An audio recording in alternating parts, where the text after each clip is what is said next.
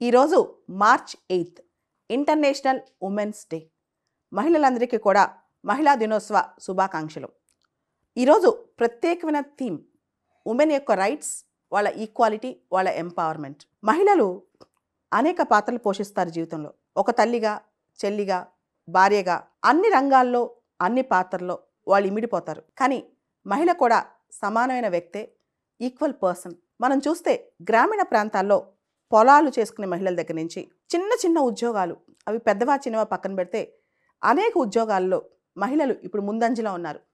ఇది అది అని కాకుండా అన్ని రంగాల్లో వాళ్ళే దూసుకుపోతున్నారు.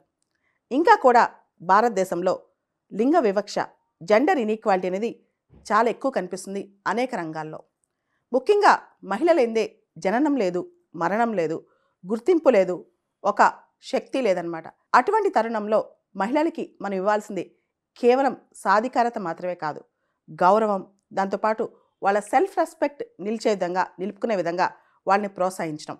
ఆడపిల్ల పుట్టంగానే బరువు అనుకునే కుటుంబాలు ఇంకా చాలా ఉన్నాయి. ఆడపిల్ల అసలు ఎందుకు మనకి అనుకునే వ్యవస్థ కూడా ఇంకా ఉందన్నమాట. ఇలాంటి వ్యవస్థలోంచి మనం బయటికి రావాలి. తెలుగు కుటుంబాలు బయటికి రావాలి. ఆడపిల్లని కూడా సమానంగా చదివించాలి. ఆడపిల్లని కూడా ముందుకు తీసుకెళ్ళాలి. అమ్మాయికి కూడా సరైన వ్యక్తిత్వం ఉంది, నిర్ణయాధికారాల్లో వాళ్ళకు కూడా సరైన స్థానం ఇవ్వాలన్నమాట. ఇటువంటి సమాజం కోసం, ప్రతి ఆడపిల్లకి గౌరవం ఇచ్చే తెలుగు సమాజం కోసం మనందరం కృషి చేద్దాం, పాటుపడదాం.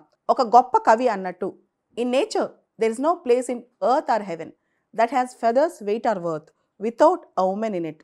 ఈ సృష్టిలో, ఈ విశ్వంలో దేనికైనా సరే ఒక విలువ రావాలన్నా, చిన్న వర్త్ రావాలన్నా ఖచ్చితంగా దానిలో మహిళ పాత్ర ఉండాల్సిందే. అది ఏ రంగమైనా, అది స్పేస్ కావచ్చు, సునీత విలియమ్స్ కావచ్చు, కల్పనా చావ్లా కావచ్చు, లేదా అదొక బస్సు నడిపే వృత్తే కావచ్చు, లేదా అది పొలం చేసే వృత్తే కావచ్చు. ఒకటా రెండా, అన్ని వృత్తుల్లో మహిళలు అన్ని చోట్ల రాణిస్తున్నారు, అన్ని చోట్ల ముందంజలో ఉన్నారు. అలాంటి మహిళల్ని మనం ఎంకరేజ్ చేద్దాం. ప్రపంచంలో ఒక మహిళ ముందుకెళ్తుందంటే, ఒక మహిళ ముందుకు దూసుకుపోతుందంటే ఆపే శక్తులెన్నో, ఆపాలని చూసే మనుషులు ఎంతమందో.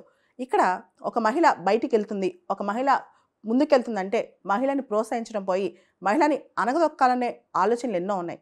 ఇటువంటి సమాజంలో మనం మార్పు తీసుకురావాలి. ఒక మహిళని ఖచ్చితంగా మనం ఎంకరేజ్ చేయాలి. మహిళా లోకం మొత్తాన్ని కూడా మనం ఎంకరేజ్ చేయాలి. అలాంటి సమాజం కోసం మనందరం పాటుపడదాం.